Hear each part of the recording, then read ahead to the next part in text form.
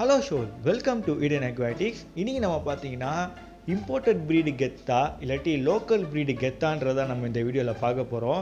So நிறைய பேர் பார்த்தீங்கன்னா இம்போர்ட்டட் ப்ரீட் தான் கெத்து அப்படின்னு சொல்லி நிறைய பேர் ஃபயர் விட்டுருப்பாங்க. சில பேர் பார்த்தீங்கன்னா அதுவும் கொஞ்சம் பேர் தான் லோக்கல் ப்ரீடு கெத்துன்னு சொல்லிகிட்டு இருப்பாங்க.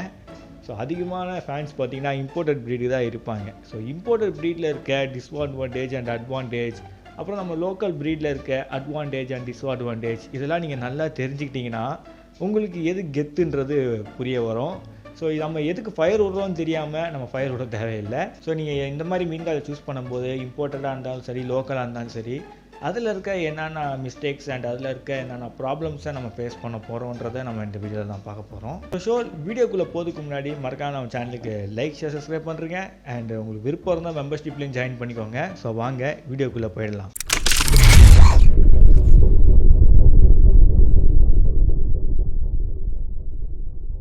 முதல் விஷயம், நம்ம லோக்கல் ப்ரீடை பற்றி பார்க்க ஆரம்பிச்சிடலாம்.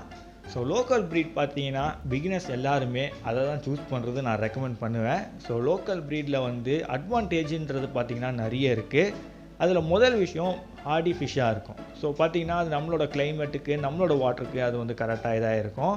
ஏன்னா லோக்கல் ப்ரீட்ஸ்லாம் பார்த்திங்கன்னா நம்ம இந்தியாவிலே ப்ரீட் பண்ணுறதுனால நம்மளோட வாட்டருக்கும் அது ஈஸியாக அக்ளிமேட்டும் ஆகும். ஸோ அதனால் வந்து வாட்டர் அக்ளிமேஷனுக்கும் நம்ம ஈஸியாக அதை பண்ணிடலாம். அது மூலயமா அந்த மீனை வந்து நம்ம டேங்க்கில் நல்லா வச்சு வளர்க்கலாம்.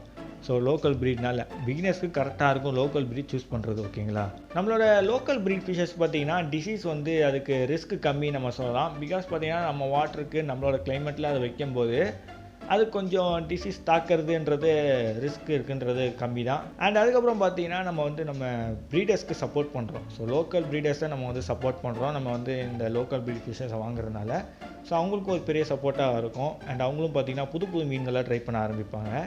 ஸோ இந்த மாதிரி நல்ல விஷயங்கள்லாம் இருக்குது லோக்கல் ப்ரீடில். அண்ட் லாஸ்ட்டாக பார்த்திங்கன்னா காஸ்ட், லோயர் காஸ்ட், ரொம்ப சீப்பாக இருக்கும் மீன்கள்லாம் வந்து. ஸோ மீன்கள் சீப்பாக இருக்குன்றது பார்த்திங்கன்னா டிபெண்ட்ஸ் ஆன் ஸ்பீஷஸ். ஓகேங்களா, ஸோ ஒரு ஸ்பீஷஸை பொறுத்து தான் அந்த மீன் வந்து சீப்பாக இருக்குன்றதை நான் சொல்கிறேன் இம்போர்ட்டட் ஃபிஷ்ஷோட கம்பேர் பண்ணும்போது. ஸோ அது மூலயமா நமக்கு வந்து கொஞ்சம் சீப்பாக இருக்கிறதுனால நம்ம நிறைய மீனை கொஞ்சம் ட்ரை பண்ணலாம் நம்ம லோக்கல் ப்ரீட்லேயே. இதுக்கு ஒரு அட்வான்டேஜ்னு இருந்தாலுமே இந்த லோக்கல் ப்ரீடுக்கு ஒரு டிஸ்அட்வான்டேஜும் இருக்கும். அது என்னன்றதை பார்த்துடலாம். முதல் விஷயம் பார்த்திங்கன்னா இன்ப்ரீடிங். ஸோ இன்ப்ரீடிங் பண்ணுறதுனால மீன்கள் பார்த்திங்கன்னா அதோட க்ரோத்தில் பாதிப்பு வரலாம், அதோட பாடி ஷேப்பில் அண்ட் அதோட இம்யூன் சிஸ்டம் பாதிக்கப்படலாம். ஏகப்பட்ட விஷயம் இருக்குது இன்ப்ரீடிங்னாலே. ஸோ இந்த ஒரு விஷயம் வந்து நடக்கும் அதோட லோக்கல் ப்ரீடில். ஒரு பெரிய டிஸ்அட்வான்டேஜ். பிகாஸ் பார்த்திங்கன்னா ஒரு மீன் புதுசாக ஒரு இனத்தை புதுசாக ஒரு ப்ரீடை உருவாக்குறாங்கன்னா மோஸ்ட்டாக அதுக்கு இன்ப்ரீடிங் தான் பண்ண ஆரம்பிப்பாங்க. ஸோ அது வந்து வேறு வழி இல்லை, அப்படி தான் பண்ண ஆரம்பிப்பாங்க. அப்படி பண்ணி தான் அந்த புது மீனை வந்து கொண்டு வருவாங்க ஹைப்ரிட்ஸ்லேருந்து. அண்டு லிமிட்டட் ஸ்பீஷஸ் தான் இருக்கும்.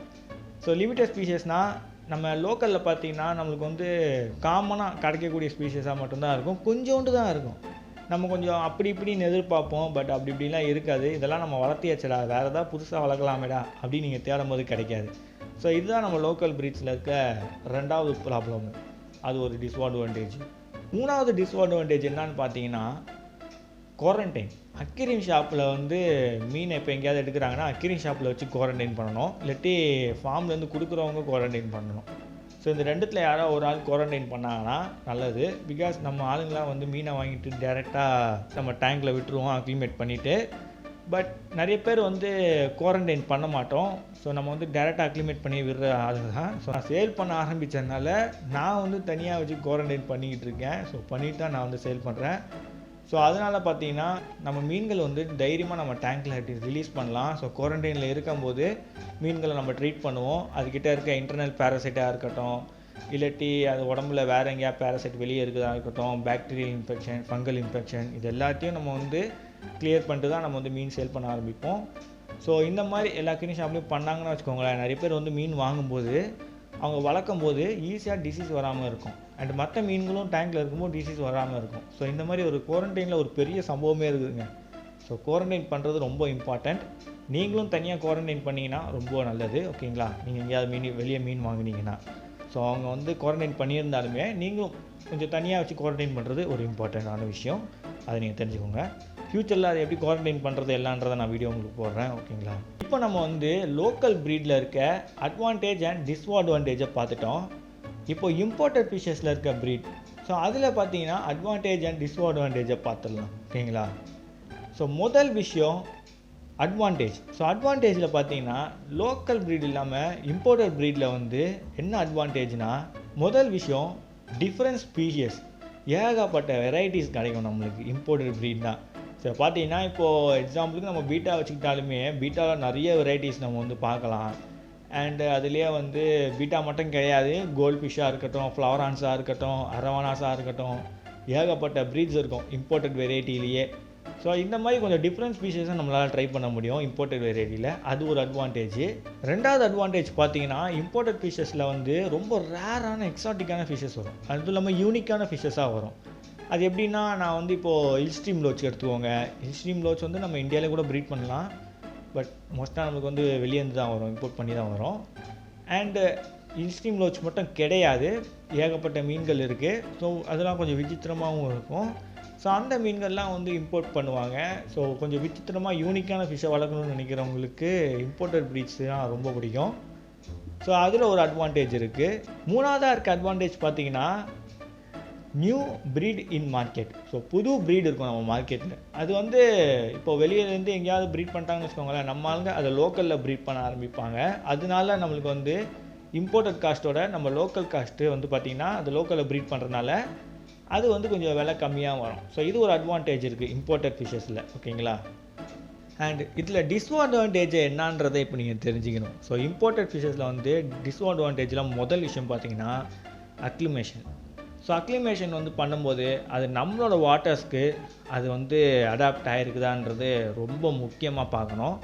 ஸோ இது வந்து நம்மளோட வாட்டர்ஸ்க்கு அந்த மீன் அடாப்ட் ஆகலைன்னு வச்சுக்கோங்களேன், நம்ம அக்ளிமேட் பண்ணுறது மூலயமா அதுங்களுக்கு ஏதாவது நம்ம வாட்டரில் இருக்க ஏதாவது விஷயம் சரியில்லாமல் அதுக்கு வந்து டிசீஸ் வர வாய்ப்பு இருக்குது.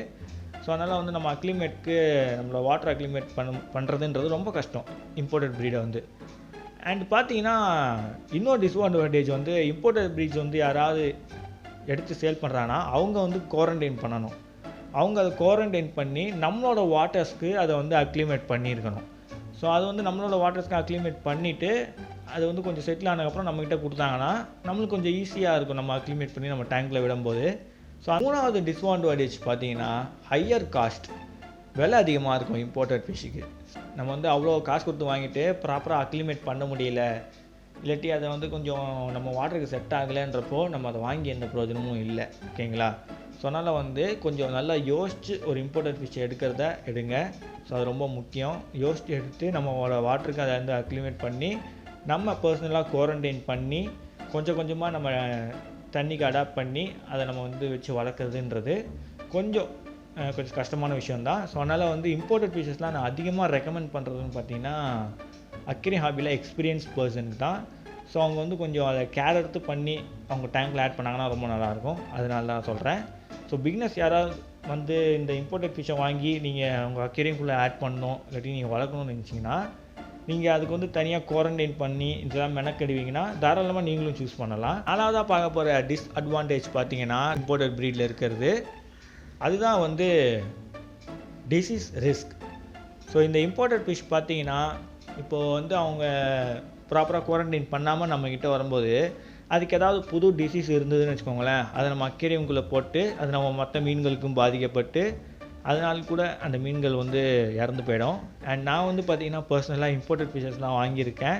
ஸோ வாங்கிட்டு எனக்கும் பார்த்திங்கன்னா அது வந்து நம்ம லோக்கல் ப்ரீடோட இம்போர்ட்டட் ஃபிஷ் கொஞ்சம் லைஃப் ஸ்பேன் கம்மியாக இருக்குதோன்ற மாதிரி எனக்கு ஃபீல் ஆகிருக்கு. பிகாஸ் பார்த்திங்கன்னா நம்மளோட வாட்டர் பேராமீட்டர்ஸ்க்கு அண்டு நம்மளோட வாட்டரோட கண்டிஷனுக்கு அது செட் ஆகலை. ஸோ என் ஃபிஷ்ஷஸ்லாம் பார்த்திங்கன்னா இம்போர்ட்டட் ஃபிஷ்ஷஸ்லாம் வந்து மோஸ்ட்டாக வந்து அதுங்க ஏதாவது பாடியில் ஃபங்கல் இன்ஃபெக்ஷன் வந்தோ இல்லாட்டி ஏதாவது ப்ராப்ளம் வந்தோ அது வந்து இறந்து போயிடும். ஸோ அது வந்து ரொம்ப நாள் என்கிட்ட உயிர் வாழ்ந்ததில்லை. இன்னும் நான் நல்லா கேர் எடுத்து பார்த்தா தான் என்கிட்ட அது வந்து ரொம்ப நாள் உயிரோடு இருந்திருக்கும். ஸோ அதனால் வந்து நீங்கள் நல்லா கேர் பண்ணுற ஒரு எக்ஸ்பீரியன்ஸ் பர்சனாக இருந்தால் இம்போர்ட்டட் ஃபிஷ்ஷை வந்து நீங்கள் சூஸ் பண்ணுறது ரொம்ப நல்லது. ஸோ இதில் வந்து நம்ம வந்து எது கெத்து அப்படின்றது மாதிரி நம்ம கம்பேர் பண்ண வரல. நான் வந்து பார்த்தீங்கன்னா ஃபஸ்ட்டு இதை புரிஞ்சுக்கோங்க. இம்போர்ட்டட் ஃபிஷ்ஷஸ்லாம் யாரெல்லாம் சூஸ் பண்ணால் கரெக்டாக இருக்குன்றதை நான் வந்து ஹைலி ரெக்கமெண்ட் பண்ணுறது அக்வேரியம் ஹாபியில் இருக்க எக்ஸ்பீரியன்ஸ் பர்சனுக்கு தான் இம்போர்ட்டட் ஃபிஷ்ஷஸ்லாம் நான் வந்து ரெக்கமெண்ட் பண்ணுவேன். பிகினர் யாராவது இருந்தீங்கன்னா நீங்கள் வந்து லோக்கல் ப்ரீட்ஸ் எல்லாமே ட்ரை பண்ணிட்டதுக்கப்புறம் நீங்கள் அதுக்கப்புறம் இம்போர்ட்டட் ப்ரீட்ஸ்க்கு போங்க. ஸ்டார்டிங்கே நீங்கள் வந்து இம்போர்ட்டட் ப்ரீட்ஸ்க்கு போனீங்கன்னா அதில் நீங்கள் கொஞ்சம் அடி வாங்க ஆரம்பிப்பீங்க. ஸோ அதனால் வந்து கொஞ்சம் லோக்கல் ப்ரீடாக ட்ரை பண்ணிவிட்டு நீங்கள் அப்புறம் கொஞ்சம் இம்போர்ட்டட் ப்ரீட் போகிறது ரொம்ப நல்லது. பிகினர் அப்படி யாராவது நான் இம்போர்ட்டட் ப்ரீட் தான் வளர்ப்பேன் அப்படின்னு நீங்கள் நினச்சிங்கன்னா நீங்கள் வந்து அதை எப்படி அக்ரிமேட் பண்ணுறது அண்ட் அது எப்படி கோஆர்டினேட் பண்ணுறது அதை ஒன்று ஒன்றா நீங்கள் தெரிஞ்சுக்கிட்டு அதுக்கேற்ற மாதிரி நீங்கள் பண்ணிங்கன்னா கண்டிப்பாக அது உங்களாலையும் வளர்க்க முடியும். ஓகேங்களா? இந்த வீடியோவில் இம்போர்ட்டட் ப்ரீட்னா என்ன அண்ட் லோக்கல் ப்ரீட்னா என்ன, ஸோ இதில் இருக்க அட்வான்டேஜ் அண்ட் டிஸ்அட்வான்டேஜ் என்னன்றதை இப்போ உங்களுக்கு தெரிஞ்சிருக்கும்னு நான் நினைக்கிறேன். இந்த வீடியோ உங்களுக்கு யூஸ்ஃபுல்லாக இருந்திருக்கும்னு நினைக்கிறேன். மறக்காம நம்ம சேனலுக்கு லைக் ஷேர் சப்ஸ்கிரைப் பண்ணுறேன். See you next video. Bye bye.